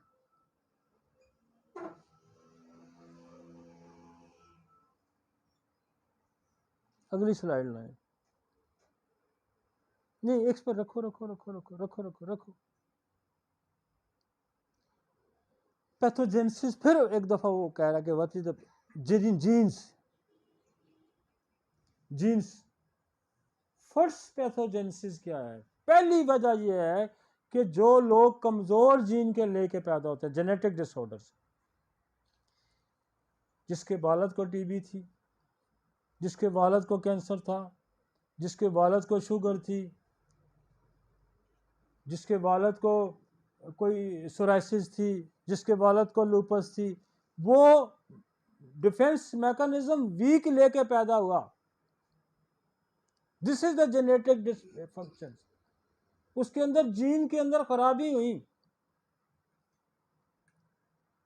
और ये बड़ी एक लंबी स्टडी है जो आपकी जेनेटिक स्टडी है, जिसको हम ऑटोसोमल रिसेसिव जीन कहते हैं। ऑटोसोमल रिसेसिव जीन के जो जिसको कज़न मैरिज कहते हैं, जो बच्चों में जेनेटिक डिसऑर्डर आते हैं कि एक ही जीन, स्पेसिफिक जीन, माँ का भी और बाप का भी वही जीन अगर ख़राब होता है, जिसको ऑटोसोमल रिसेसिव जीन कहते हैं। और एक जीन और ख़राब होता है जिसको जेनेटिक डिसऑर्डर में आता है ऑटोसोमल डोमिनेटिंग जीन्स। कि कोई एक जीन किसी भी पेरेंट्स का अगर डोमिनेटिंग होगा तो उसके अंदर भी कोई बीमारी हो जाती है। फिर आपके अंदर सेक्स जो क्रोमोसोमल जीन है इनकी बेशुमार बीमारियां हैं। तो जेनेटिक स्टडी भी क्यों होती है? जो हमने हमारे पास चूँकि जेनेटिक स्टडी हमने बहुत ज़्यादा उस पर हमारा उससे सर वास्ता रहा है कि मेरे पास इस वक्त भी 16-17 हज़ार माजूर बच्चा है जो सारे जेनेटिक डिसऑर्डर्स के हैं। हमारे पास कैंसर जो है वो सारा जेनेटिक डिसऑर्डर है। तो जेनेटिक डिसऑर्डर को ठीक करने की आपकी जो डायबिटीज़ है ये भी एक बहुत बड़ा जेनेटिक डिसऑर्डर्स है कि फैमिली हिस्ट्री की वजह से भी। तो बेशुमार डिजीज़ जो हैं वो जेनेटिक डिसऑर्डर्स हैं। हम उसको ये कहते हैं कि प्रीनेटल कॉजेज़ में उसको हम शुमार करते हैं। जो कॉजेज़ हैं किसी भी वल्नरेबिलिटी की वो प्रीनेटल कॉजेज़ हैं, वो नेटल कॉजेज़ हैं एंड पोस्ट नेटल कॉजेज़ हैं। तो हमें किसी भी चीज़ का इलाज करने से पहले हमें प्रीनेटल कॉजेज़ पे भी जाना है। हमें नेटल कॉजेज़ पे भी जाना है कि पैदाइश के दौरान क्या हुआ। हमें पोस्ट नेटल कॉजेज़ पे भी जाना है कि पैदाइश के बाद क्या हुआ। तो तब आप दुनिया के जो चैलेंजेस वाली डिजीजेस हैं आप उनको ठीक करने की। और ये मैं आपको बताऊं कि ये जो होम्योपैथी है ये जिस जगह पे हम चलें, जिस रास्ते पे हम चल रहे हैं कि हम बैक्टीरिया को भी समझने की कोशिश कर रहे हैं, हम वायरस को भी समझने की कोशिश कर रहे हैं, हम पैरासाइट। अब देखें ना एक पेट के कीड़े पैरासाइट, यार आप उसको शायद कोई घास भी ना डालता होगा कि ये भी कोई मसला हो सकता है। और पैरासाइट क्या करता है जो जिसमें बेशुमार पैरासाइट का मैंने जिक्र किया कि उसमें मलेरिया का भी पैरासाइट हो सकता है, वो उसमें टॉक्सोप्लाज्मा का भी पैरासाइट हो सकता है, उसमें लक्ष्मीनिया का भी पैरासाइट हो सकता है, उसमें पेट के कीड़ों का भी पैरासाइट हो सकता है, उसमें आपका इमोशनल पैरासाइट भी हो सकता है। वो एसएलई पैदा करता है एक बीमारी आप जान दें, लेकिन पैरासाइट बेशुमार बीमारियां पैदा कर सकते हैं।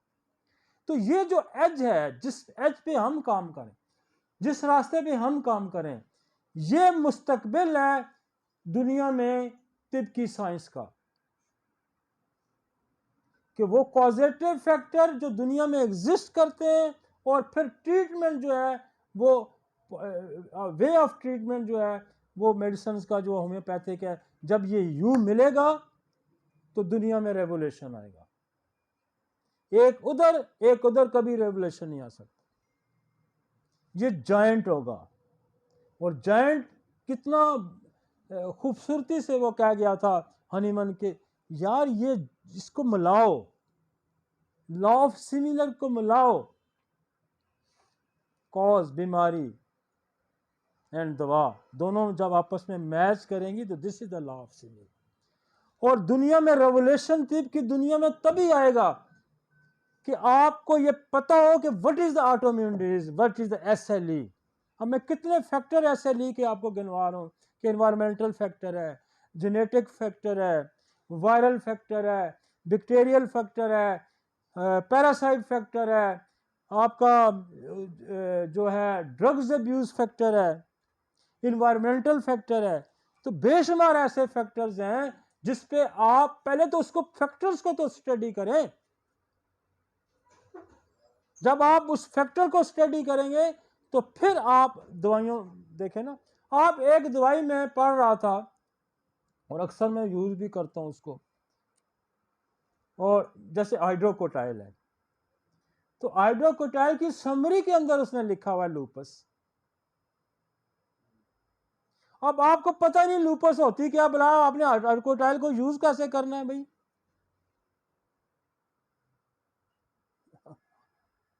मैं कहता हूं कि मैं पिछले कई सालों से ये कह रहा हूं, 20-25 साल से, कि एसएलई की बेसिक कॉज में ट्यूबरकुलोसिस मौजूद है।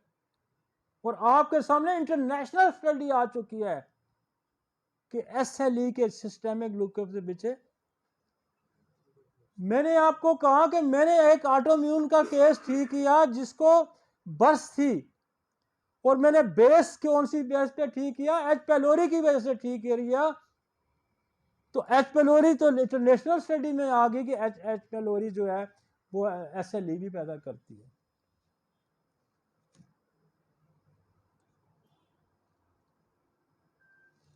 मैं आपको बताऊं कि जो फेशियल जो जो एरप्शंस है, हमने एच पेलोरी से वो मैंने बहुत ठीक करूं मैं, दाने, एक्नी,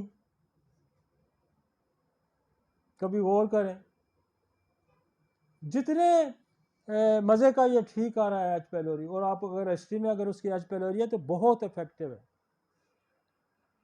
तो काज को तो पकड़े ना, जेनेटिक्स कॉज है, इन्वायरमेंटल कॉज है, अबनॉर्मल इम्यून रिस्पॉन्स है। अब अबनॉर्मल रिस्पॉन्स क्या है? हमारा जो वाइट ब्लड सेल है, वाइट ब्लड के सेल के अंदर जो मोस्ट कॉमनली यूज होने वाली चीजें वो टी सेल और बी सेल है। टी सेल जो है, वैसे तो मैक्रोफेजेस भी हैं, टी सेल जो है बेसिकली इन्फॉर्म करता है बी सेल को कि जिस किस्म का बंदा आ गया, इस किस्म की चीज़ हमारी बॉडी के अंदर आ गया, मैं तो उसको मार रहा हूँ, तू जो है ना इस किस्म की चीज़ें बनाई भेज ताकि हम उसको ज़्यादा फौज तैयार करें। तो बी सेल जो है वो एंटीबॉडी बनाता रहता है। अब ये करता है, करता क्या है? इन्फ्लेमेशन। इन्फ्लेमेशन में क्या होगा? रैश होगा, निफ्राइटिस होगा, आर्थराइटिस होगा, ल्यूकोपीनिया होगा, सीएनएस के प्रॉब्लम में कार्डियाटिस होगा, क्लोटिंग होगी। ये इन्फ्लेमेशन में आएगा। स्किन पे रैश आएगा, निफ्राइटिस होगा, गुर्दों के अंदर इन्फ्लेमेशन हो जाएगी। आर्थराइटिस क्या होगा? जोड़ों के दर्द आ जाएंगे। ल्यूकोपीनिया क्या होगा कि उसके अंदर उसकी कमी हो जाएगी, ब्लड वगैरह की हो जाएगी, सीएनएस के प्रॉब्लम आ जाएंगे, दिल की इन्फ्लेमेशन आ जाएगी, क्लोटिंग फैक्टर आपके वो डिस्टर्ब हो जाएंगे। तो ये इन्फ्लेमेशन की ये जहाँ जहाँ आपको ये मसाइल नज़र आएंगे, आप ये समझें कि ये कहीं ऑटोइम्यून डिजीज़ है। फिर अल्टीमेटली क्या होगा? अल्टीमेटली क्या होगा? रीनल फेलियर हो जाए, गुर्दे खराब हो जाए, फेफड़े खराब हो जाए, हार्ट गया, दिमाग जो MS हो जाएगा तो दिमाग गया, SLE होगी तो आंतें गए, क्रोन डिजीज होगी तो आंतों गई, ऑटोइम्यून हेमोलाइटिक एनीमिया हो गया, हेपेटाइटिस ऑटोइम्यून हो गया, ऑटोइम्यून A हो गया तो शुगर आई। कितने निज़ाम ऑटोइम्यून से, कितने निज़ाम फेलियर में जा रहे। टाइप 1 जिसको शुगर कहते हैं, और दिस इज ऑटोइम्यून। गुर्दे, मेरा पिछला लेक्चर, लंग्स का पिछला लेक्चर, बड़ी डिटेल का लेक्चर, तो क्या कहते हैं? सारे ऑर्गन फेलियर ऑटोइम्यून से। एक आप ऑटोइम्यून को भी समझ लें तो आप दुनिया को बेशुमार संभाला दे सकते हैं। स्ट्रोक हो सकता है, फेब्रोसिस हो सकता है, बेताशम से। आगे चलते हैं जी, आगे चलते हैं। पैथोफिजियोलॉजी सारी बना रहा है उसको, फिर थोड़ा सा बहुत ट्रिकी है शायद, वो लोग कहेंगे बहुत स्किल बना दिया लेक्चर। मैं ज़रा आम फैम लेक्चर हूँ। आगे चलते हैं।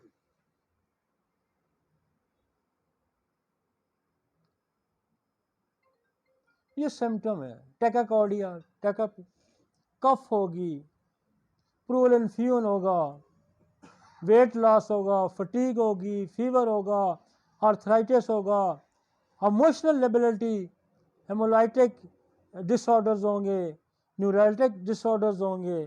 तो बेशुमार मसाइल जो है वो, ये SLE बहुत, ये SLE ऑटोइम्यून, जितनी हमारी ऑटोइम्यून डिजीज़ है, ये सबसे बड़ी ऑटोइम्यून डिजीज़। फिर इसमें कितने कॉजेटिव फैक्टर हम लेके आए, कितने कॉजेटिव फैक्टर लेके आए। आगे चलें जी। अब फिर मैं आ जाता हूँ कि मेन सिम्टम क्या होगी। सबसे पहली अलामत का फेशियल रैश आएगा, रेडनेस होगी, ब्लू होगा, दाने आएंगे, this is the facial rash आएगा।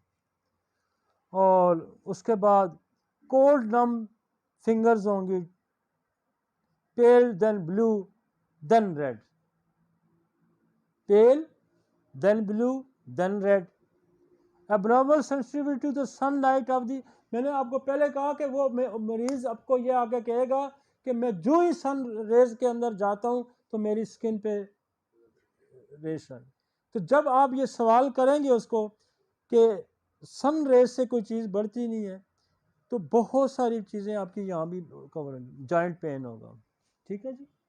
स्किन की तमाम अलामात सन रेज से बनती है, और आप चाहे वो सन लूपस है या नहीं, चाहे वो लूपस है या नहीं, सन रेज से जो भी स्किन की अलामात अग्रेवेट करेगी, सोल है, नेटोमर है, सल्फर है, नेटम कार्ब है, ग्लोनाइन है, और जो भी रेज करेगी, हेलिबोरस है, तो आप हर तरह का इलाज करने की सलाहियत रखते हैं। चाहे वो लूपस है, चाहे वो सन स्ट्रोक है, चाहे स्किन की सेंसिटिविटी है अगेंस्ट द सन रेज के, तो आपके पास तो इलाज है। आगे चलें।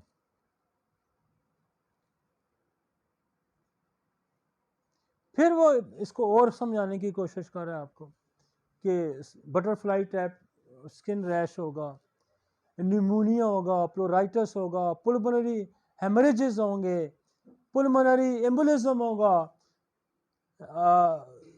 अथेरोस्क्लेरोसिस होगा, कार्डियक इन्फ्लेमेशन होगी, दिल के काफ़ी सारे मसाइल पैदा होंगे, जॉइंट पेन होगा, ब्लड इन यूरिन आएगा, एनीमिया हो जाएगा, हाइपरटेंशन हो जाएगी, fever, headache, fatigue, hair loss हो जाएगा, अल्सर इन माउथ एंड इसके माउथ में अल्सर देते हैं। आगे चलते हैं जी।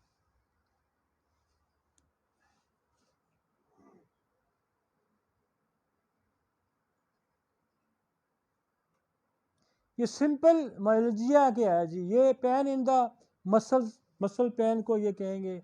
माइस्टोसिस क्या होता है, माइस्टोसिस क्या होता है, मसल की इन्फ्लेमेशन होती है, मॉस की इन्फ्लेमेशन होती है। ट्रांसफर माइलाइटिस होगा, इन्फ्लेमेशन ऑफ द उसमें बोन्स के अंदर है जी, हाँ जी।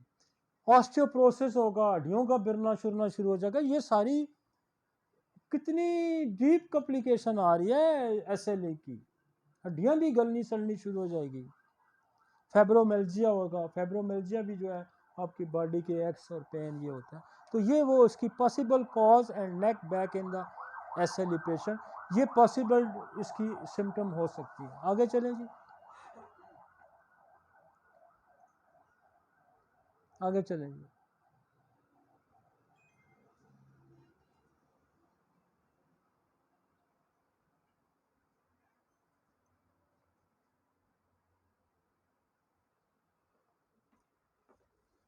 और आगे चलें। वो कहते हैं ना कि lupus common symptom that indicate flare up, lupus flare or flare up when you lupus symptom worsen in you feel it result increase in fatigue, swelling in the legs, rashes, ulcer in the mouth, painful swelling joint, ongoing fever not due to the infection, किसी infection की वजह से नहीं, ऐसे ही होता है। तो ये उसकी एक सिम्टम्स है। आप जिस्म पे रैश आता है, जिस्म के अंदर बॉडी के अंदर पेन आते हैं, फटीक फील होती है, तो सन एक्सपोजर से ज़्यादती होती है, तो आप ये समझें कि दिस इज़ द लूपस। आगे चलते हैं। How to diagnose lupus. Medical history, physical examination, blood test for autoantibodies, other blood tests, inflammation, change in the blood cells, urine tests, biopsies, images tests including X-ray, ultrasound, MRI and CT scan. ठीक है जी। इसका एक test होता है antibody का और एक ANA test होता है और वो है जी। आगे चलें जी। इसमें CRP भी करवा सकते हैं आप, काफ़ी सारी डिटेल है। ANA बहुत कॉमनली करवाया जाता है और यूरी इसको एंटी, एक और भी टेस्ट आ गया एंटी DNA भी टेस्ट आ गया इसका, तो वो भी आप करवा सकते हैं। तो ये वो टेस्ट हैं जो नॉर्मली आप इसको करा सकते हैं। आगे चलें जी।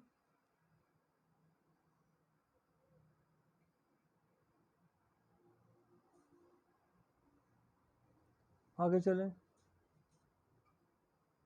आगे चलें, होम्योपैथिक पे ले आए।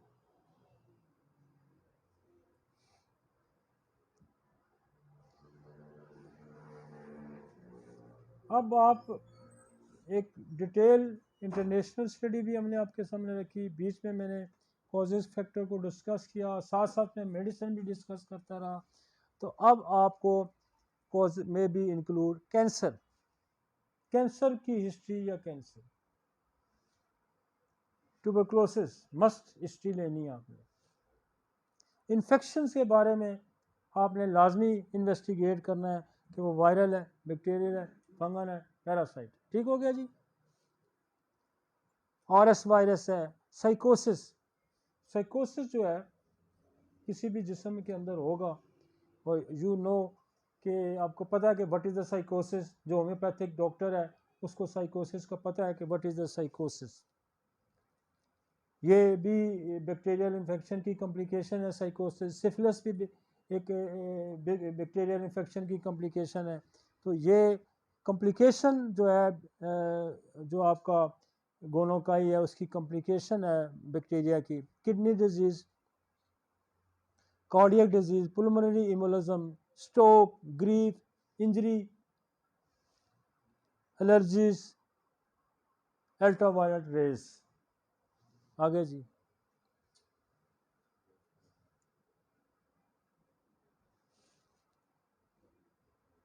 Rheumatoid arthritis, scleroderma, polymyositis, dermatomyositis, Sjogren syndrome.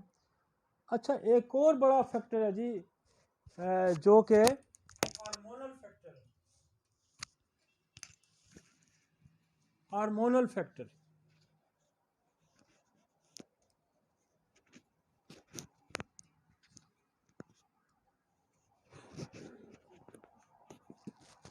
Hormonal factor बहुत अहम है। हार्मोनल फैक्टर इसलिए अहम है कि हमारे यहाँ लोग जो जो हमारे हार्मोन्स का निज़ाम है ये बॉडी पे इसके बड़े असरात हैं और इसकी बॉडी की सारी एफिकेसी की बड़ी डिपेंडेंसी है इस पे, हार्मोन्स पे। और हार्मोन्स अगर डिरेंज हो जाते हैं तो फिर बहुत सारे मसाइल पैदा होते हैं। आपके एस्ट्रोजन, आपका टेस्टोस्टेरोन, आपका प्रोजेस्टेरोन, तो बहुत सारे और भी हार्मोन्स हैं। तो ये हार्मोनल फैक्टर को भी बड़ा अहम रोल है, इसलिए मैंने इसको हार्मोनल फैक्टर्स को भी यहाँ हमने डाला है। आगे जी।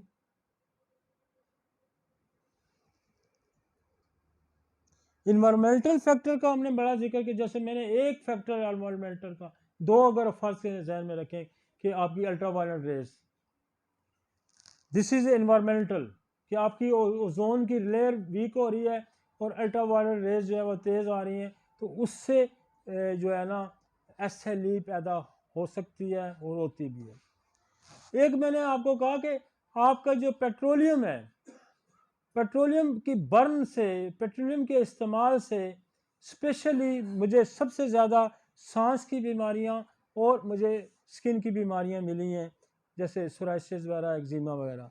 तो पेट्रोलियम को भी आप बड़ा इसका एनवायरमेंटल रोल है इसका। एनवायरमेंटल में देखें आपकी SLE के अंदर, SLE की अगर आप पढ़ें जाके वो मेडिसिन की लिस्ट जाके देखें अगर रेपर्टरी के अंदर, तो एक दवाई लिखी है एस्बेस्टोस। एस्बेस्टोस जो है वो ये जो उसकी बनती है शीट्स, एस्बेस्टोस, और वो शीट्स जो है जिस कारखाने में वो लोग काम करते हैं और जहाँ वो इस्तेमाल होती है उनको भी SLE हो सकती है। बहुत सारे केमिकल इन्वायरमेंट में जो लोग काम करते हैं, जैसे उसमें काम करते हैं, सीमेंट के फैक्ट्री में काम करते हैं, किसी केमिकल फैक्ट्री में काम करते हैं, तो ये सारे इन्वायरमेंटल फैक्टर्स हैं। This is the environmental. आप किसी ऑफिस ऐसे में काम करते हैं जो स्ट्रेस आपके पे हर वक्त का स्ट्रेस है, this is the environmental, emotional environment. Painter जो है, मैं एक प्लम्बम मेट को पढ़ रहे थे कि जो प्रोसेस होता है लंग्स के अंदर, कार्बन डाइऑक्साइड ब्लड से निकलती है और ऑक्सीजन आती है, वो एक प्रोसेस है। वो प्रोसेस जो होता है अलवलाई के अंदर, जो प्रोसेस होता है, वो प्रोसेस जो है अगर लिड उसको रोक देता है, प्लम्बम मेट उसको रोक देता है। लिहाजा जो पेंट का काम करने वाले लोग हैं उनको ऑटोइम्यून डिजीज हो सकती है, लंग्स की ऑटोइम्यून डिजीज। तो बहरहाल हमने तो एक आपको रास्ता दिखाना है, हमने आपको एक रास्ता दिखाना है, हमने आपको ये समझाना है, हम और ये होम्योपैथिक साइंस के अंदर ये मौजूद है कि जितने फैक्टर्स मैं डिस्कस करूं इनका सारों का तोड़ होम्योपैथी के अंदर, किसी और साइंस के पास नहीं। आगे चलेंगे। अब कीमोथेरेपी, ये भी ड्रग्स के अंदर, ये मेथोट्रेक्सेट है, अमोनियोडोन्स है, ये सारी जो है ड्रग्स हैं। ऑक्यूपेशनल एनवायरनमेंट का मैं आगे जिक्र कर चुका हूँ, डस्ट है, गैस है, फ्यूम्स है, रेडिएशन है, ये सारी एनवायरनमेंटल फैक्टर। आगे चलें जी।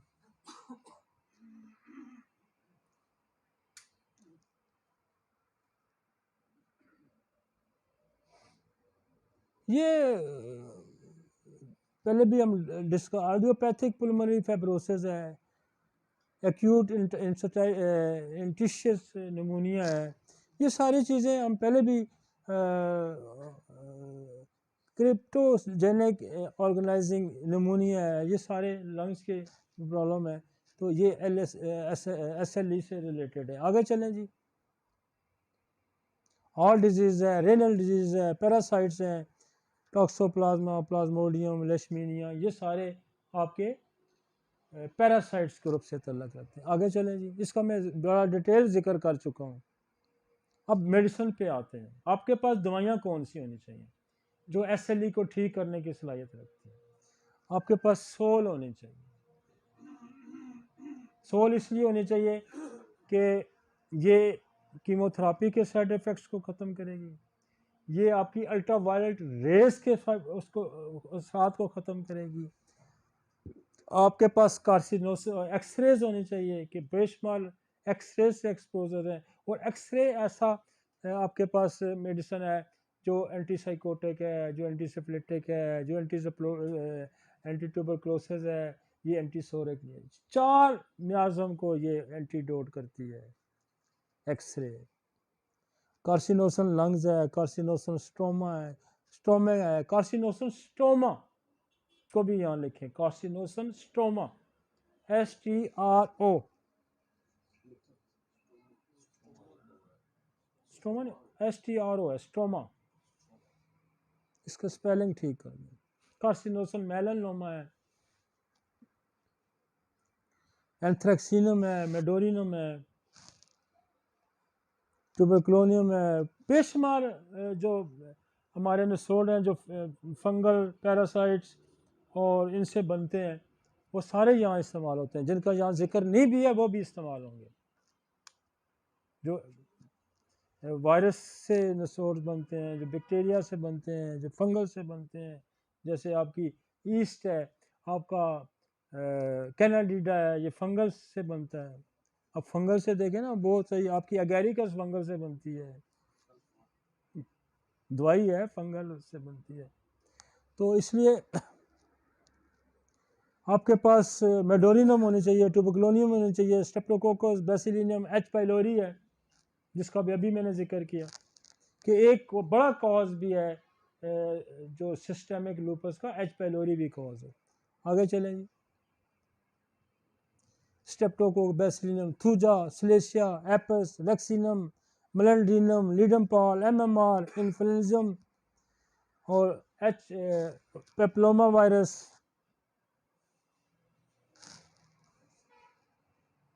Arsenic, baryta carb, carbolic acid, carbo veg, carcinosin, causticum, सिस्टोस्टैन, हाइड्रोकोटाइल। अब हाइड्रोकोटाइल के मैंने यहाँ से उठा तो मैंने आगे भी जिक्र किया। हाइड्रोकोटाइल जो है ना, इसके अंदर देखें आपकी एक ऐसी दवाई है जिसके अंदर लूपस लिखा हुआ है। अब ये देखें किसने लिखा हुआ है, ये बोरक ने लिखा हुआ है। और बोरक कब प्रिंट हुआ, ये मेरा इसको भी 200-250 साल हो गए हैं। उस वक्त इसने लूपस का जिक्र किया है। और आज भी अगर उस वक्त का होम्योपैथ लूपस का जिक्र कर रहा है तो आपको तो लूपस की इची पिची निकाल के रख देनी चाहिए थी। देखे उस वक्त लूपस ऑटोइम्यून डिजीज है तो उस वक्त उसका वो जिक्र कर रहा है अल्लाह का बंदा, उसने तो कोई कसर ही नहीं छोड़ी और समरी के अंदर लिखा हुआ है हाइड्रोकोटाइल के अंदर। तो आज अगर हम SLE को समझने में कासर हैं तो बड़े अफसोस की बात है, बड़े दुख की बात है। हमें सारी ऑटोइम्यून डिजीजेस को समझना है। जो काम है वो काम हुए हैं, लेकिन उस काम को किसी सिमत में डालना है, इसको समझना है। तो हमने तो इसको बड़े डिटेल से गौर से चीज़ों को पढ़ा है। इसी तरह काली बाइक्रोमिकम है, ये आपकी काली क्लोर है। आगे चलें जी। ये सारी बड़ी दवाइयाँ हैं, लाइकोपोडियम। अब जो ब्लॉक लेटर की दवाइयाँ हैं, अगर लूपस के अंदर आप पढ़ें तो आर्सेनिक है, लाइकोपोडियम है, हाइड्रोकोटाइल है, रस्टॉक्स है, ये बड़ी दवाइयों में इसका शुमार होता है। आगे चलेंगे।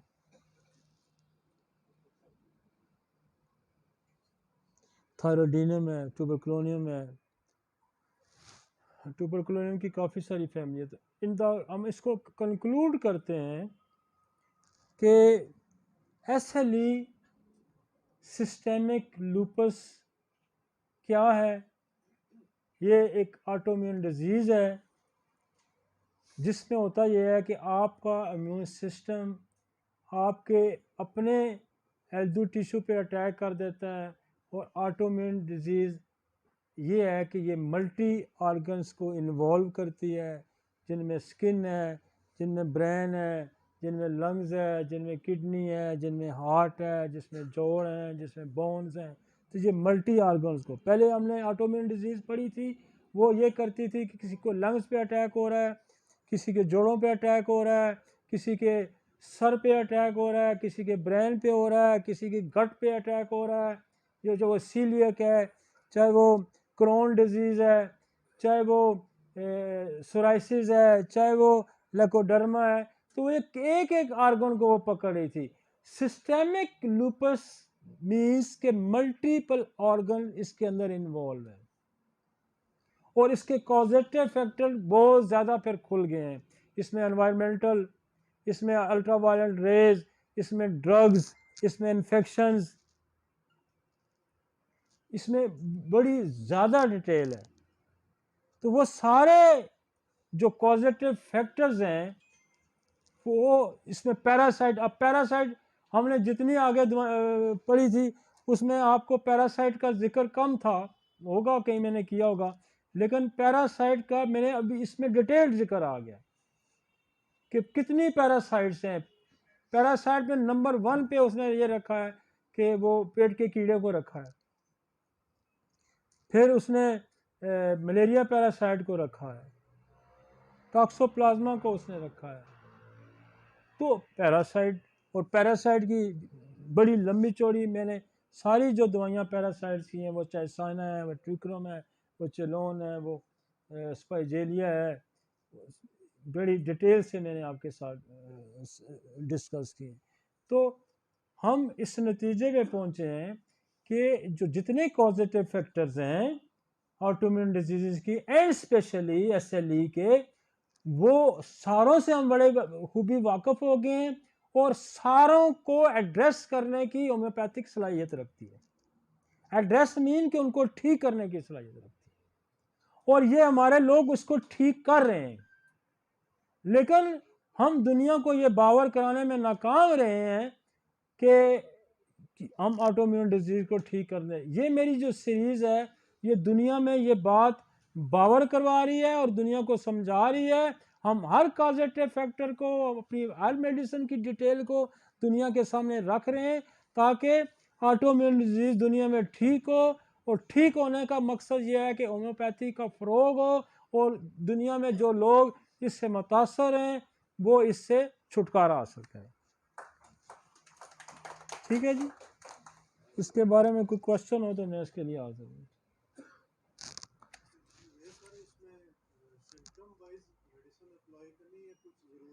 देखिए जी, दुनिया में सबसे सक्सेसफुल जो मेथड है वो कॉजेटिव फैक्टर का। हमने सिम्टोमेटोलॉजी को सबसे आखिर में रखा।